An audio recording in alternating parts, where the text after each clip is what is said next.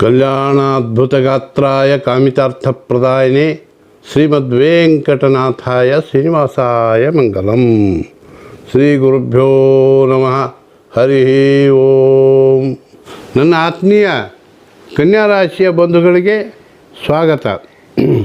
July ತಿಂಗಳಲ್ಲಿ ನಿಮ್ಮ ರಾಶಿ ಭವಿಷ್ಯವನ್ನು ತಿಳಿಸುತ್ತಾ, ಸದ್ಯ ಭಾಗ್ಯಸ್ಥಾನದಲ್ಲಿರುವಂತಹ ಗುರು 12ರಂದು ಮಂಗಳನು ಕೂಡ ಗುರುವಿನ ಜೊತೆ ಸೇರಿ ಗುರುಮಂಗಳ ಯೋಗ ಉಂಟಾಗುತ್ತದೆ. ಇದರಿಂದ ನೀವು ಭೂಮಿ, ಸೈಟು, ಮನೆ, ವಾಹನ ಇತ್ಯಾದಿಗಳನ್ನು ಖರೀದಿ ಮಾಡುವಂತಹ ಸಾಧ್ಯತೆ ಇರುತ್ತದೆ.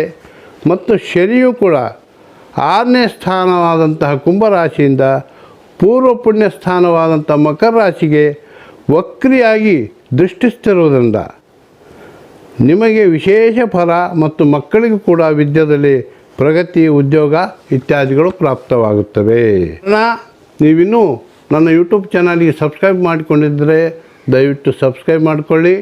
ಹಾಗೂ ಎಲ್ಲ ಅಪ್ಡೇಟ್ಗಳು ನಿಮಗೆ ಪ್ರತಿ ತಿಂಗಳು ತಲುಪುತ್ತವೆ. ಬಂಧುಗಳೇ, ದಿನಾಂಕ 6ರಂದು ಶುಕ್ರ, 16ರಂದು ರವಿಗ್ರಹಗಳು ನಿಮ್ಮ 11ನೇ ಲಾಭಸ್ಥಾನವಾದಂತಹ ಕರ್ಕ ರಾಶಿಗೆ ಬಂದಾಗ ನಿಮಗೆ ವಿಶೇಷ ಧನಲಾಭಗಳು ಉಂಟಾಗುತ್ತವೆ ಮತ್ತು ಸರ್ಕಾರಿ ಕಾರ್ಯಗಳಲ್ಲಿ ಕೂಡ ಜಯ ಸಿಗುತ್ತದೆ. ಮತ್ತು ಲಗ್ನಾಧಿಪತಿ ಬುಧನು, ಆತನ ಒಂದು ಸಹಕಾರವು ನಿಮಗೆ ಸಾಕಷ್ಟು ಸಿಗುತ್ತದೆ. ಒಟ್ಟಾರೆ ಎಲ್ಲ ಗ್ರಹಗಳು ನಿಮಗೆ ಈ ತಿಂಗಳಲ್ಲಿ ವಿಶೇಷ ಧನಲಾಭ, ವ್ಯಾಪಾರ ಅಭಿವೃದ್ಧಿಯನ್ನು ನೀಡುತ್ತವೆ. ನಿಮಗೆ ಪ್ರತಿ ಶುಕ್ರವಾರ, ಬುಧವಾರ ಅದೃಷ್ಟದ ದಿನಗಳಾಗಿವೆ. ದಿನಾಂಕ 7, 8, 12, 13, 17, 18, 23ರಿಂದ 27 ಹಾಗೂ 30, 31ರಂದು ನಿಮಗೆ ಶುಭ ದಿನಗಳು.